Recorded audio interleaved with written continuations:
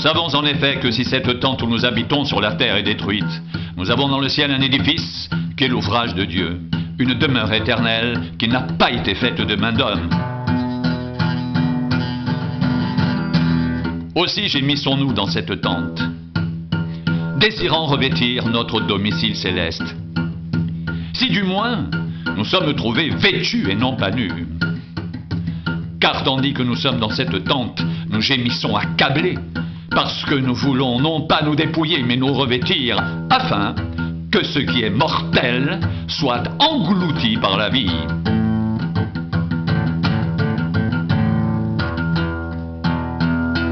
Et celui qui nous a formés pour cela, c'est Dieu, qui nous a donné les arts de l'esprit.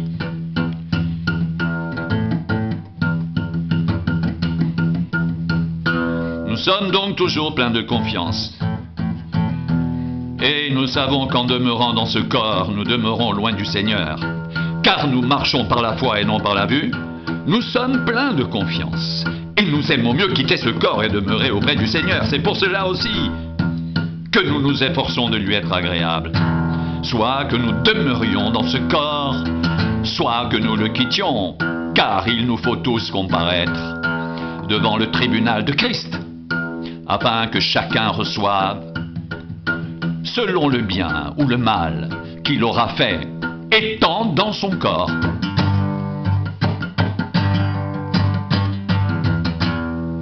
Connaissons donc la crainte du Seigneur. Nous cherchons à convaincre les hommes. Dieu nous connaît, et j'espère que dans vos consciences, vous nous connaissez aussi.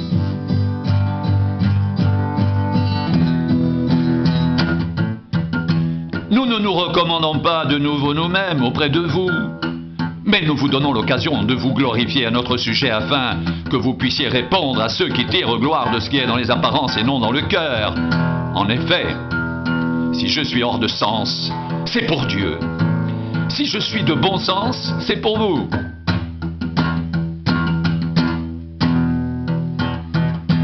Car l'amour de Christ nous presse. Parce que nous estimons que si un seul est mort pour tous, tous donc sont morts. Et qu'il est mort pour tous, afin que ceux qui vivent ne vivent plus pour eux-mêmes, mais pour celui qui est mort et ressuscité pour eux. Ainsi, dès maintenant, nous ne connaissons personne selon la chair. Et si nous avons connu Christ selon la chair, maintenant nous ne le connaissons plus de cette manière. Si quelqu'un est en Christ, il est une nouvelle création. Les choses anciennes sont passées. Voici, toutes choses sont devenues nouvelles. Et tout cela vient de Dieu, qui nous a réconciliés avec lui par Christ, et qui nous a donné le ministère de la réconciliation. Car Dieu était en Christ réconciliant le monde avec lui-même en imputant point aux hommes leurs offenses. Et il a mis en nous la parole de la réconciliation.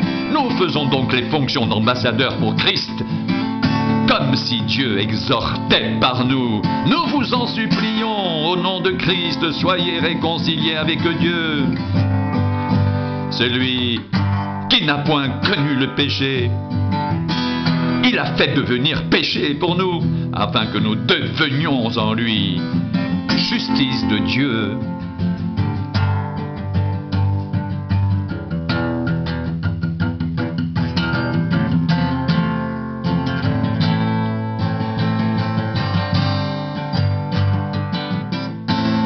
Puisque nous travaillons avec Dieu, nous vous exhortons à ne pas recevoir la grâce de Dieu en vain, car il dit au temps favorable, je t'ai exaucé, au jour du salut, je t'ai secouru.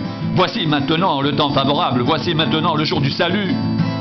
Nous ne voulons scandaliser personne en quoi que ce soit, afin que le ministère ne soit pas un objet de blâme. Mais nous nous rendons recommandables à tous égards comme serviteurs de Dieu par beaucoup de patience dans les tribulations, dans les calamités, dans les détresses, sous les coups, dans les prisons, dans les séditions, dans les travaux, dans les veilles, dans les jeûnes, par par la pureté, par la connaissance, par la longanimité, par la bonté, par l'Esprit Saint, par un amour sincère, par la parole de vérité, par la puissance de Dieu, par les armes offensives et défensives de la justice, au milieu de la gloire et de l'ignominie, au milieu de la mauvaise et de la bonne réputation, étant regardé comme imposteur quoique véridique, comme inconnu quoique bien connu, comme mourant et voici nous vivons, comme châtiés quoique non mis à mort, comme attristés et nous sommes toujours joyeux, comme pauvres et nous en enrichissons plusieurs, comme n'ayant rien et nous possédons toutes choses.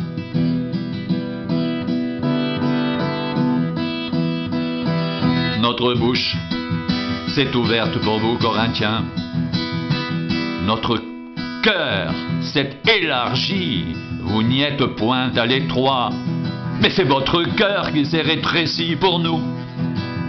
Rendez-nous l'appareil. Je vous parle comme à mes enfants. Élargissez aussi votre cœur.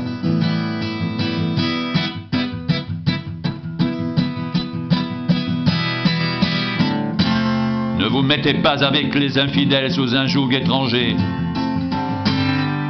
Car quel rapport y a-t-il entre la justice et l'iniquité? Ou qu'y a-t-il de commun entre la lumière et les ténèbres? Quel accord y a-t-il entre Christ et Bélial? Ou quelle part a le fidèle avec l'infidèle? Quel rapport y a-t-il entre le temple de Dieu et les idoles? Car nous sommes le temple du Dieu vivant, comme Dieu l'a dit. J'habiterai, je marcherai au milieu d'eux, je serai leur Dieu, et ils seront mon peuple.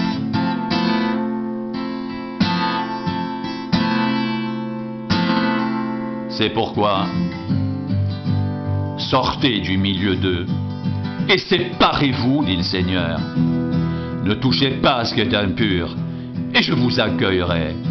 Je serai pour vous un père, et vous serez pour moi des fils et des filles, dit le Seigneur Tout-Puissant.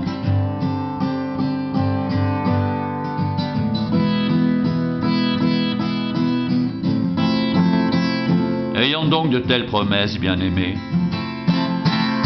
Purifions-nous de toute souillure de la chair et de l'esprit, en achevant notre sanctification dans la crainte de Dieu.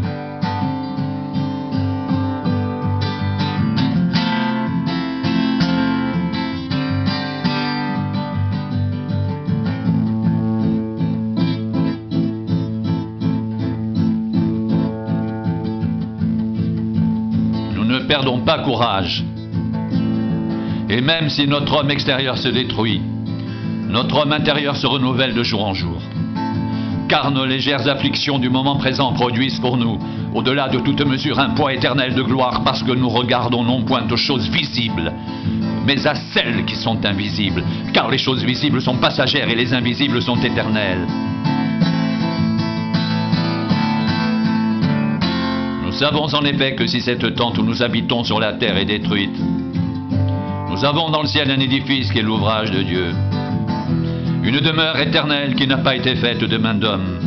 Aussi gémissons-nous dans cette tente, désirant revêtir notre domicile céleste, si du moins nous sommes trouvés vêtus et non pas nus.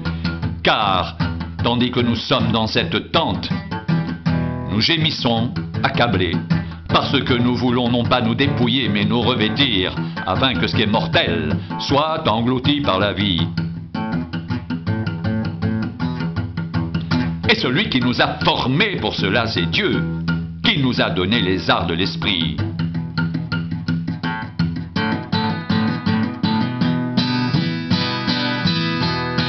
Nous sommes donc toujours pleins de confiance. Et nous savons qu'en demeurant dans ce corps, nous demeurons loin du Seigneur, car nous marchons par la foi et non par la vue. Nous sommes pleins de confiance, et nous aimons mieux quitter ce corps et demeurer auprès du Seigneur.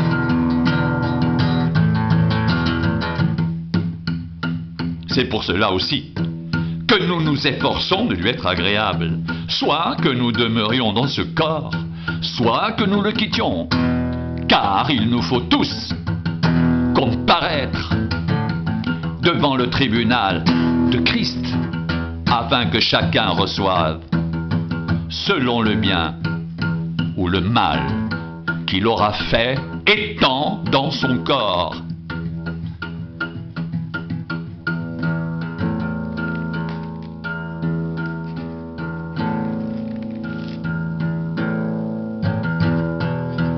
Si nous marchons dans la chair, nous ne combattons pas selon la chair, car les armes avec lesquelles nous combattons ne sont pas charnelles, mais elles sont puissantes, par la vertu de Dieu, pour renverser des forteresses. Nous renversons les raisonnements et toute hauteur qui s'élève contre la connaissance de Dieu, et nous amenons toute pensée captive à l'obéissance de Christ.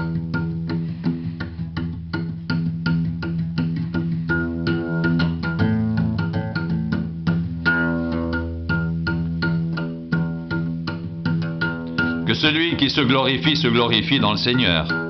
Car ce n'est pas celui qui se recommande lui-même qui est approuvé, c'est celui que le Seigneur recommande. Oh, si vous pouviez supporter de ma part un peu de folie. Mais oui, supportez-moi, car je suis jaloux de vous d'une jalousie de Dieu, parce que je vous ai fiancé à un seul époux, pour vous présenter à Christ comme une vierge pure. Toutefois, de même que le serpent séduisit Ève par sa ruse, je crains que vos pensées ne se corrompent et ne se détournent de la simplicité à l'égard de Christ. Car si quelqu'un vient vous prêcher un autre Jésus que celui que nous avons prêché, ou si vous recevez un autre esprit que celui que vous avez reçu, ou un autre évangile que celui que vous avez embrassé, vous le supportez fort bien. Or, j'estime que je n'ai été inférieur en rien à ces apôtres par excellence. Si je suis un ignorant sous le rapport du langage, je ne le suis point sous celui de la connaissance, et nous l'avons montré parmi vous à tous égards, et en toutes choses.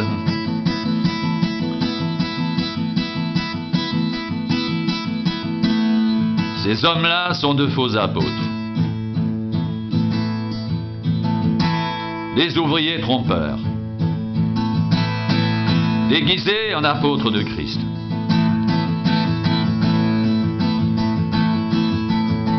Et cela n'est pas étonnant,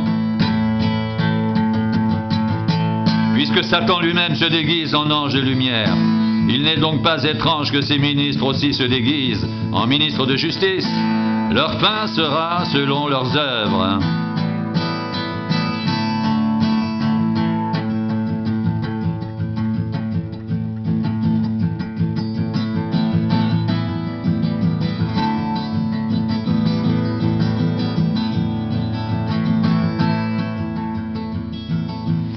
De même que le serpent séduisit Ève par sa ruse, je crains que vos pensées ne se corrompent et ne se détournent de la simplicité à l'égard de Christ. Car si quelqu'un vient vous prêcher un autre Jésus que celui que nous avons prêché, ou si vous recevez un autre esprit que celui que vous avez reçu, ou un autre évangile que celui que vous avez embrassé, vous le supportez fort bien. Or, j'estime que j'ai été inférieur en rien à ces apôtres par excellence. Si je suis un ignorant sur le rapport du langage, je ne le suis point sous celui de la connaissance. Et nous l'avons montré parmi vous à tous égards et en toutes choses.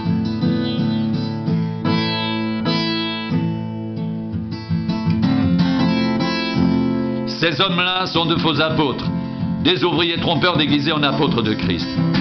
Et cela n'est pas étonnant puisque Satan lui-même se déguise en ange de lumière. Il n'est donc pas étrange que ses ministres aussi se déguisent en ministres de justice. Leur fin sera selon leurs œuvres.